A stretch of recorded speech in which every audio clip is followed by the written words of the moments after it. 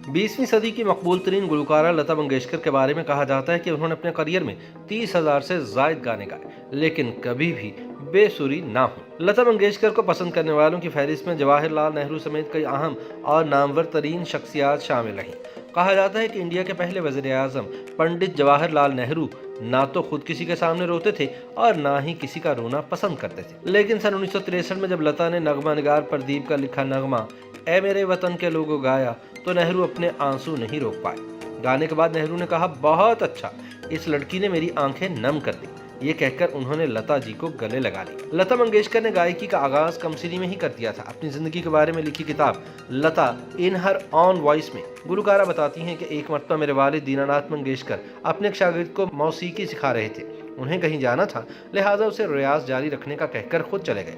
मैं बालकनी से उनके शागिर्द को सुन रही थी जो गलत सुर लगा रहा था। चुनाचे मैंने उसे गाकर बताया कि सुर कैसे लगाना है। अभी मैं गा ही रही थी कि इतनी देर में मेरे वालिद आ गए और मैं वहां से भाग गई। लता कहती हैं कि तब मैं 5 साल की थी, लेकिन मेरे वालिद ने मेरी गायकी की सलाहियत जानकर मुझे गाना सिखाना शुरू कर दिया और फिर मैं आगे ही बढ़ती चली गई। सन 1948 में फिल्म महल रिलीज हुई तो लता मंगेशकर के मुकाबले की तमाम गुलकाराएं शमशाद बेगम, जहरा बाई, पायल घोष और अमीर बाई एक एक करके इनके रास्ते से हटती चली गई। सन 1949 में फिल्म अंदाज की रिलीज के बाद सुपरहिट गीतों की फहरिस्त में पहले 5 नंबर पर लता के गाने ही रहते। ताहम राज कपूर और नरगिस की फिल्म बरसात के बाद इनका करियर बुलंदियों को छूने लगा था। नामवर क्लासिकल गायक पंडित जसराज कहते हैं कि एक दफा लता का गाना ये जिंदगी उसी की है जो किसी का हो गया, प्यार में ही खो गया बज रहा था। जब गाना खत्म हुआ तो उस्ताद बड़े गुलाम अली खान बेहद शफकत भरे लहजे में बोले, कमबख्त, कभी बेसुरी ही नहीं होते। लता ने कई मौसीकारों के साथ काम किया, लेकिन मास्टर गुलाम हैदर के लिए इनके दिल में खास मुकाम था। लता जी के उर्दू के बेहतरीन तलफ़ुज़ ने भी लोगों की तवज्जो हासिल की और इसका सेहरा एक तरह से दिलीप कुमार के साथ जाता है। जब अनिल विश्वास ने पहली मरतबा लता का तारुफ दिलीप कुमार से बतौर गुलकारा करवाया तो दिलीप ने कहा कि मराठी लोगों के मुंह से दाल भात की महक आती है, वह उर्दू का बगार क्या जाने। लता ने इस तबसरे को एक चैलेंज के तौर पर लिया और बाकायदा उर्दू सीखी। लता इस हवाले से भी खुशकिस्मत रही कि बहुत लंबे अरसे तक इनकी आवाज़ की जवानी बरकरार रही। सन 1961 में इन्होंने गीत कश्मीर की कली हूँ मैं गाया। जिस लता की आवाज़ जितनी जवान थी उतनी ही 12 साल बाद उनके गाने बाहों में चले आओ में भी लगी।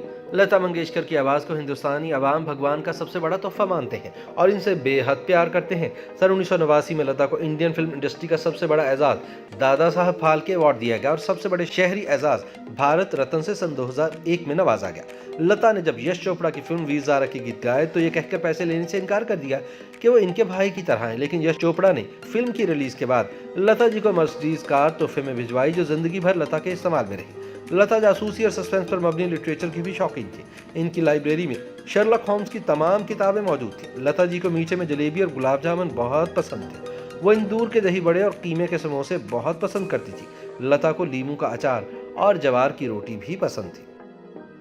YouTube पर गूगली एंटरटेनमेंट देखने के लिए youtube.com की सर्च बार में गूगली एंटरटेनमेंट टाइप करें। गूगली एंटरटेनमेंट के पेज पर सुर्ख रंग के सब्सक्रिप्शन वाले बटन पर क्लिक करना ना भूलिए। YouTube पेज पर अपलोड होने वाली वीडियो से बाखबर रहने के लिए बेल आइकॉन पर क्लिक कीजिए। आपको हर नई वीडियो के बारे में नोटिफिकेशन मौसूल हो जाएगा।